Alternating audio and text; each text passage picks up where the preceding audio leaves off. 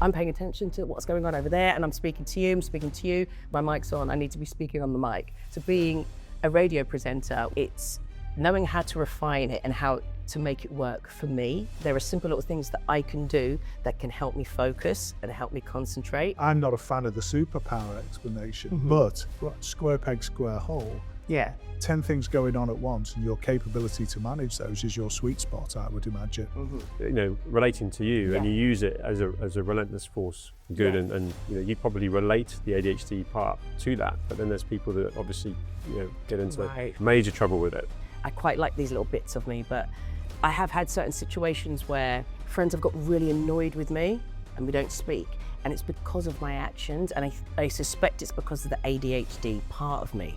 When we talked about women and undiagnosed women and what have you, your face was one of shock. ADHD is as inheritable as height. Oh wow.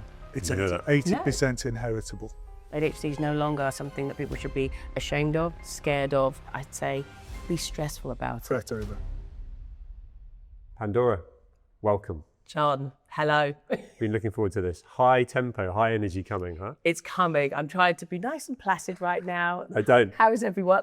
Yeah, you only know how to be yourself. That's what's so good about you. He's good, isn't he? So read me in. How's this come about? What are the conversations that led to us being here then? Really enjoyed getting to know Pandora over the last year. I think it's been that, yeah.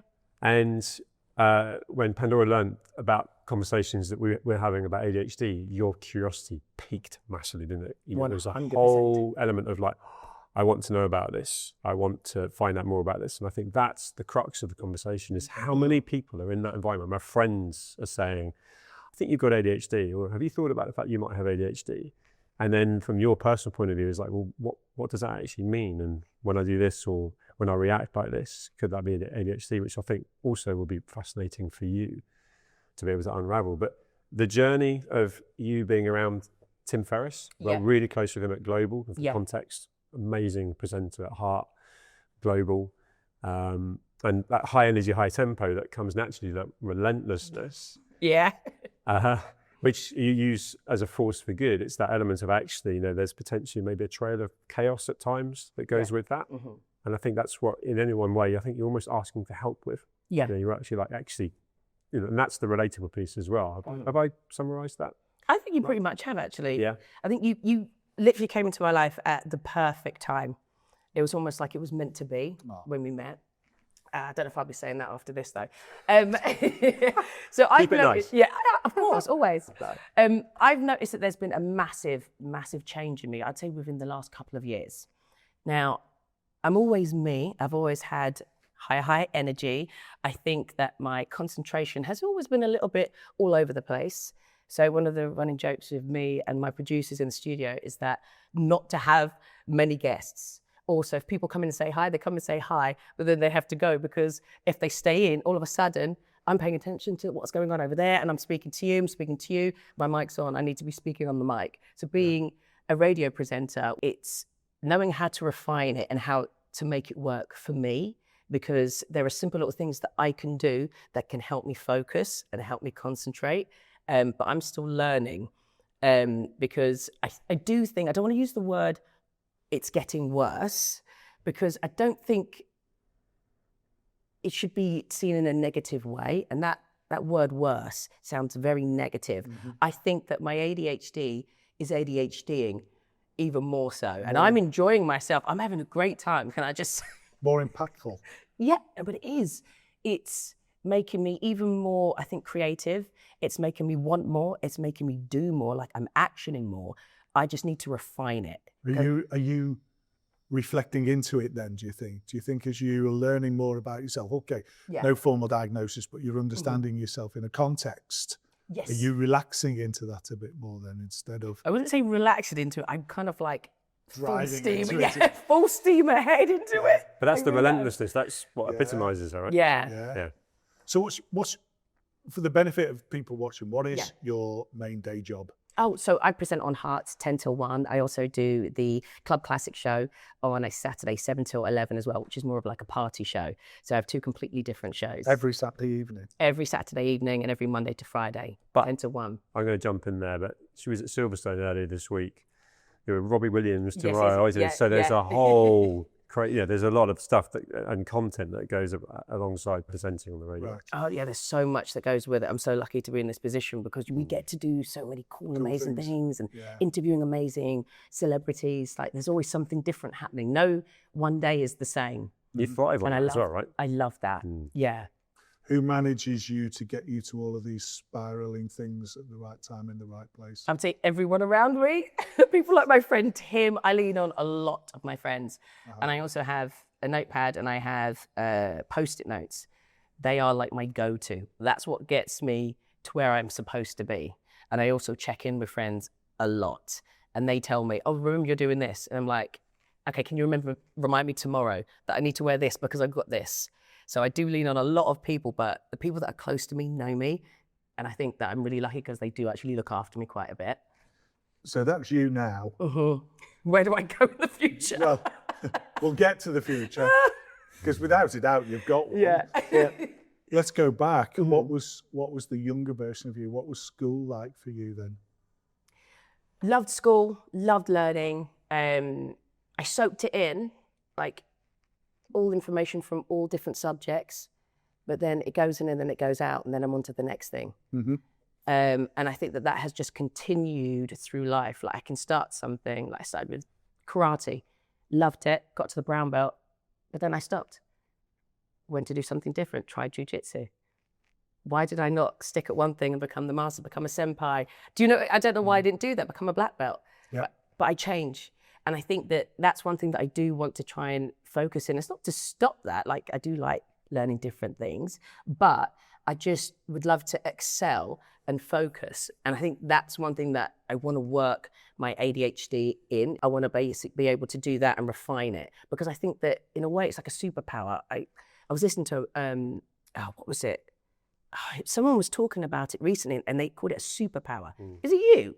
Have you called it? I've learned to not, bizarrely, I've learned to not call it that because people get upset about it, but I know what you mean. Yeah, no, in terms of, because the opposite is there are people in dire straits and suffering. So if you harness it, which, relating to you, and you use it as a relentless force for good and furthering your career and so on, you probably relate the ADHD part to that. But then there's people that obviously, get into major trouble with it, addiction and so on, and that can lead to huge mental health challenges and so on. Right. So for the purpose of this conversation, it's like it's a massive kind of gift, if you like, that you use for greatness. Yeah, I believe so. Yeah, because it's something that I think that for me, without it, I wouldn't be me.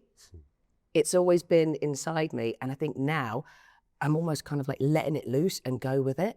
Yeah. And I don't know if that's to do is it more accepted now in society? So maybe if we were back, 10 years ago, would people be thinking, oh, she's crazy, she's a bit balmy? Well, like, do you know what I mean? I do. But as a woman, yes, you wouldn't have been allowed to be who you are 10 years ago because 10, 15 years ago, women didn't have ADHD. We were looking for boys, not girls, and we weren't looking for adults. We were looking for, clinically, all the manuals going back were for boys. And the processes. How does that make you feel? Because I knew you were going to learn a lot about this today. Because you're leaning in there.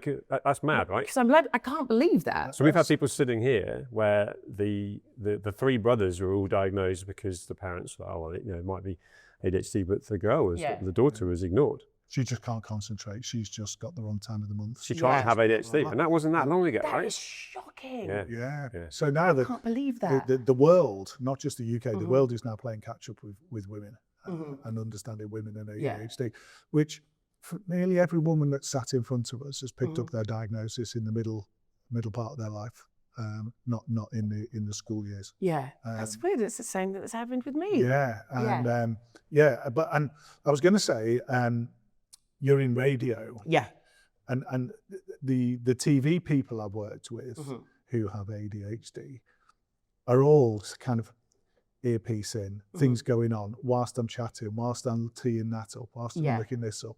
And I'm not a fan of the superpower explanation, but right, square peg, square hole. Yeah. 10 things going on at once, and your capability to manage those is your sweet spot, I would imagine. If you had to sit down and read one book for an hour and read it to someone, that would probably be not your sweet spot.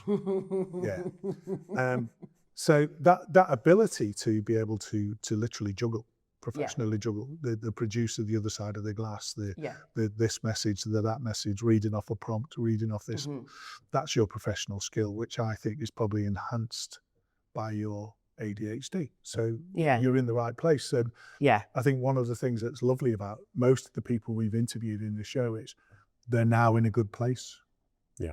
And to take John's point, there's thousands of people out there who've yet to find their good place. And that's why the kind of superpower thing can be, for you now, square peg square. That I heard it, and for me I thought, wow, I really resonate with that.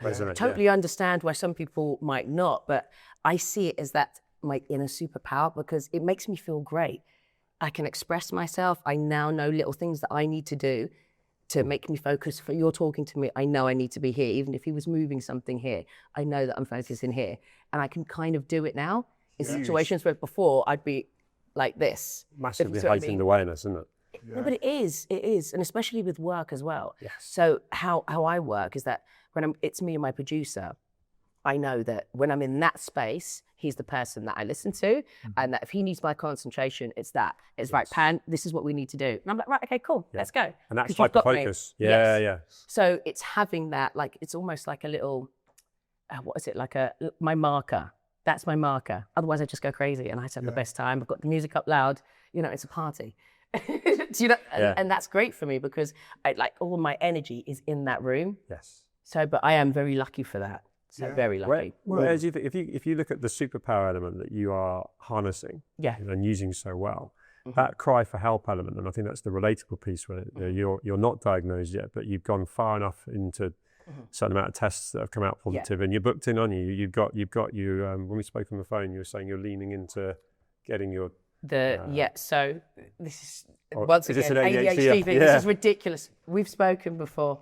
I've spoken to your team. Have I actually put it? Yeah, no. And it's really annoying me because they're really good they sent me an email and like a little catch-up email, and then I would answer a couple of days later, and then I had it on a post-it note, and it was book the appointment, and it's left because I have to do a little square and I tick it. It's just there, but I've seen it. Most mornings it's there because anything that is not finished gets put onto my little dressing table. So it's there. I haven't done it. And I checked it and I still haven't done it. Yeah. Okay. But we are going to do it because it's important, because I am not diagnosed. It's something that's very, I think it's very aware, but I do think I need to know for my own, not sanity, but I think it's clarity. Validation? Yes, because my friends can say you've got it. Yeah.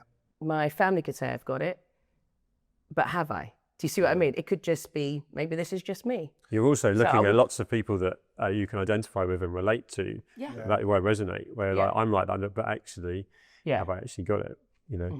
So that would give you clarity. Yeah. I'm not clinically qualified to say whether you've got it or not. But what are you going to say? What are you thinking? I want to read your mind. Let's shift the optics for a minute. As a woman now on top of a game in the industry you're in, there's more to you. There's more depth, and you're doing a lot of work with the homeless. And I think most people that we've met with ADHD have got a passion. They've got a drive. You've got a passion for the homeless, haven't you? Yeah. Can we talk about how you've got to have that passion, and then what are you doing with that? Because I think that's an important part of who you are, and the laughing and the giggling and the joking is fantastic, because that's the personality you have. But you're applying that to something really meaningful. Let's talk about that. Okay, so this all started literally from the moment I was born. I was in and out of care, and I was homeless, in and out of homelessness, like literally from the moment that me and my mum were together, because she would very easily have certain situations where we'd lose our house. She was a severe alcoholic, unfortunately, and had absolutely no help. So, when we were talking about a few years ago, well, I say a few years, a long time ago, if you're a female and you have a problem, we couldn't talk about it. If you're suffering from depression, we couldn't speak about it. We just had to put a smile on our face and leave the front door. If your whole house is falling apart or you're losing your house, you haven't got any money, put a smile on, go outside, pretend everything's okay. And I think that's what she was living through. and I would be in and out of care. But on those days where social services didn't step in, unfortunately, we were both homeless. So we used to sleep on in parks, on benches, in alleyways, and that was just life. So now when I talk about it, it sounds like horrendous, but living through it, I didn't know it was anything different. So before, talking about ADHD, and I'm talking about it being like my personal superpower, unfortunately, my mum's not around anymore, so she will never know, but she was like a superwoman because she protected me throughout all of those years for me not to feel that I was anything different. Sleeping rough, there's nothing wrong with that. Not having any food, begging for food, nothing wrong with that. And that was her superpower. And I wish that I could let her know, do you know what I mean? Because in her last moments, I don't think that she felt very good of herself, her situation, how we were living, that there's nothing I can do. So I think for me, with grief, I think that there's also guilt there that she's never going to know how amazing she actually was. And I've kind of carried that on through. I don't really speak about it a lot, but I've carried it on through the years and years and years. And the more mature that I've got, I've kind of thought to myself, there's more people like her. Just because, society has now changed and more people are helping, there's more charities, doesn't mean that there's people out there going through exactly the same, feeling exactly the same. So I've started mentoring as well. There's an amazing charity which I do want to work with. They're called Change Police. So they have the buses, they've converted into, oh my goodness, it's amazing. They go around London and they have showers, they have counsellors on board, they have clothes, food, and it's to help homeless people, to get them off, to get them talking. And obviously I need to be 100% qualified because, to take on somebody else's problems and to coach someone as well. I wanted to be able to do that professionally. So I've been getting my certificates in mentoring. So that's something that I'm personally working on. And I want to affiliate myself with some charities where I can help homeless and literally step in and actually do something about it, not just talk about it, not just say, oh yeah, I'm an advocate. I want to know, how can we make a change? Because there's so much of it. And luckily enough, I'm in a position now to actually do something. So that's my aim, is to help get homelessness off of the streets of the UK. If I just to pick and play that for a second, when we talked about women and undiagnosed women and what have you, your face was one of shock. ADHD is as inheritable as height. Oh wow! It's 80% inheritable.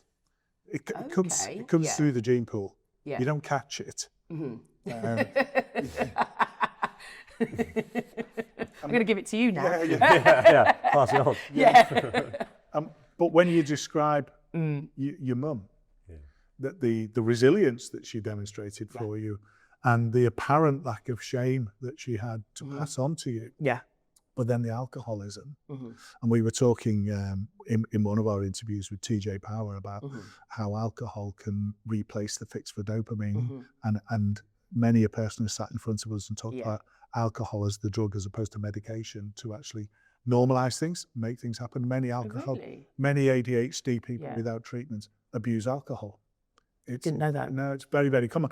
So I never met your mum, obviously, but when you talk about trajectories of life, I would say there's a strong correlation between what you think is who you are and who your mum was. But go back another generation for a woman with perhaps having ADHD, wouldn't be a hope in hell of her getting that.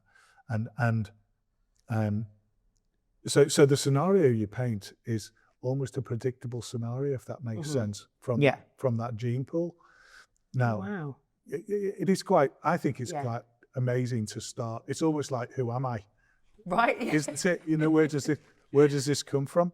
But now you want to make it. Now, most of those people, having worked in the arena for 20 odd years, most of those people you're going to work with who are homeless will have some neurospiciness to them. There will be neurodivergence there. And this part of our conversation will spike something in the listeners and the watchers of this that never thought about that. But why are they there? What's the trajectory that got people to that point? And that's the where you mentioned earlier, the flip side of superpower is where you can't make it work, when you can't find your square peg and square hole hatch. A lot of people that we meet on the streets who are struggling are there because they haven't had the opportunities, they haven't had the breaks. And I think it's important to recognise the homeless community is more often than not a neurodivergent community, and don't get the recognition that they need, and because they're transient, don't have a GP practice, don't avail themselves of a health service, and blah blah blah. So there's a whole shed load of stuff you can bring into that. Amazing. With a heightened awareness, and you're giving us into this, you know, your time into this program, and maybe that's giving you something back, that there's you can walk out of this door with a heightened awareness yourself, and maybe there's future conversations about how we can help that. But that's one hell of a mission you've got there, Lassie. Oh, I have, and I'm going to take it on. Right? Oh, You know I'll do 100%. it. Oh no, never bet against you. Like that relentless side of him. Now that you know, Pan's kind of backstory to then where she's at now, let alone the ambition to not just be successful, but to give back.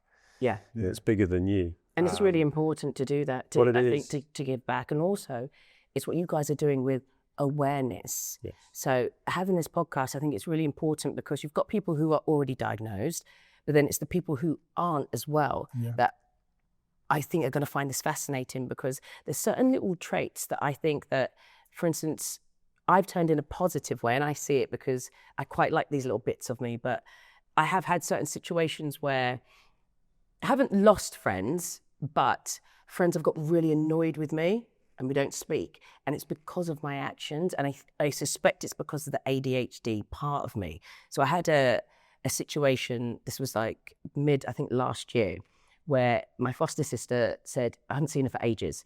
And she said, I really want to meet up with you. And I was like, amazing. So I think it was like we gave each other 3 weeks because we had a few busy weeks in between. So we said, right, okay, cool, this is the date. So we set a date. Now that's 3 weeks away. Yes, what did I put it into my diary? Yes, but I didn't set an alarm. Now 3 weeks had gone, nothing from her, nothing from me. And then a couple of days later, she sent me a message and she was really upset. And when I mean really upset, she'd had enough. And she said, you know, I'm not going to bother with you anymore. I'm not going to try. And at first I got offended and I just thought, that's really bizarre.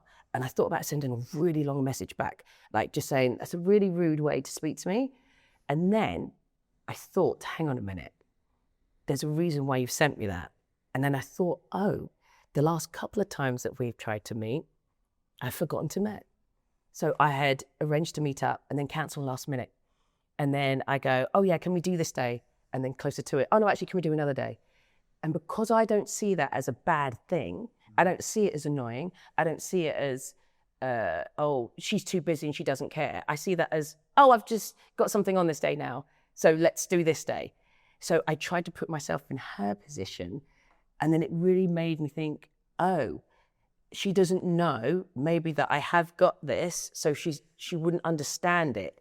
Do you see what I mean? So I think having what you guys do will help a lot of people go, hang on a minute, if this is going on in their life and they're maybe losing friends or family members are getting annoyed with them, you're having a lot of arguments. Because as you say, it's not always positive, happy, oh, that person's just jolly all the time. There is another side of it, as in the recipients, the people who are around you, and they can see it in a negative way. And I just think by having this conversation, it might be clicking in a few people's heads. You've described empathy in a two-way thing there, haven't you? You've put yourself in the position of your foster sister to try and empathise with why she's so cheesed off with you. Yeah, I couldn't understand at first, But then you've empathised with yourself as to why you've been the flibbity-gibbet that you described. Yeah. And that, you know, that's fixable, isn't it? Yes. Time management. Organisation. Yes, okay. Let me change tack for a second. Would you describe yourself as a woman of colour? Yeah. Because that throws in a whole challenge to mental health as well. And you know, most people of society who are of colour don't avail themselves of mental health services, anything like a person who is white. What? You tell me where there's a really strong Indian race-based mental health clinic, or I'm trying to think. Hang on. Yeah. African West Indian patient group. It's in the UK. having run a very large clinic, people of colour do not avail themselves of services so much as people who were white. That's crazy. And well, it's there. It's an absolute statistic. And one of the things I was on a mission to do in previous years was to reduce that. So you got the female imbalance, but then you got a racial bias as well to mental health care. Wow. And there's another part of this story which it would be remiss of us not to bring out is, as a woman of colour, to encourage other people, other women and men of colour, to actually normalise, that's the wrong expression, but avail of services just the same, because you've got the same issues. And I think that's one of the things I want to bring out. Everything you're talking about is unbiased by race and what have you. And yet we've still got a skew against people of colour accessing services. And that's something I think you'll find as you dig deeper into this. And we look at patient groups and people that you're going to deal with who are vulnerable. You will find a bias against. That's fascinating. You just reminded me of the chat we had with Nicole. Remember Nicole who came on, and you different way of bringing it into conversation, but she then went as far as say, because she was in a different stage of her journey to you and has had close family around her and so on. And when she started to be raising awareness about her ADHD and talking about it, she had some family members that were effectively saying they were ashamed of her for doing that. Because it was showing a weakness. And I'm just trying to unpick this a little bit, whereby actually to have to battle in society for recognition and to be in any way kind of almost noticed, if that makes sense. They actually didn't want to show any weakness and show anything in proper tribal kind of actually, want to fit in. Am I on the right thing? No, absolutely. And can I ask you where your what the racial background is in your family line? I still don't know my father. I mean, that's a whole other. So my birth mum is white British, father, no idea. So my foster family are from Barbados. So I've always said, I'm from the Caribbean. I'm Bayesian. But if we went with actually my DNA, I have no idea. Right. So that's another whole can of worms. Who knows? Because, well, to stick with the Caribbean then, having worked in the Caribbean in my policing days and then still go back out there quite a lot. There's no provision in those communities worth speaking of for this kind of intervention. The third world doesn't have these interventions. Even the developed part of the third world struggles with these interventions, struggles with mental health. And the worst thing that can happen is that translates into the UK, that people who people of colour don't want to access services. I do a lot of work in America. America's a completely different thing, where people of colour are accessing services, but they still feel the services are biased against them, even though they're accessing them. I don't think we've got to accessing services yet in mental health for people of colour. And I invite you, and I think this programme will invite the debate. And that for me is progress. It's an abundance mindset, isn't it? Which Pandora just exudes. It's like, on myself, we talked about before in previous conversations, how you went into acting and then found you were far better at being a presenter because you're just so good at being yourself. Being me. And so if you bring that into the element of like, if you're in any way living in suppression, if you're living in scarcity, then actually that's masking. That's actually not revealing how you're really feeling and what you're so good at. Why people love you on the radio and all the team you've got around you is because Pam will just tell us exactly how she's feeling on steroids with combat attitude, which makes you a role model. But we've had other people who didn't want to do live television because they had to take a persona that the TV show wanted for that live television, so it didn't suit them. So they've gone into acting because they could then adopt a persona that was a legitimate mask, not an inappropriate mask. And I think what that evidence is it's different for everyone. And you've got to be you. You do you. And when you can find what the real authentic you is, whether that's ADHD or not, that's when you get into a comfortable place, isn't it? You with your diagnosis are doing a different you to the you before that. Without having worked with you now for nearly 18 months, the version of you post-diagnosis is very different to the version of you pre-diagnosis. And there's no medication involved there. Your treatment pathway is you empathizing with yourself and being a different person. And if we can get children and adults, but particularly the awareness in adults, to be helped to find the authentic self, to be kind to that authentic self once recognized, we're in a position where the female, where they're of colour, it doesn't bloody matter. It doesn't matter. But be sensitive to those issues because of the challenges of the past. But very sensitive clinically to the issues for a woman because they are different to the issues of a man. Yeah. But then beyond that point, it doesn't matter whether you're male, female, black, white, or whatever.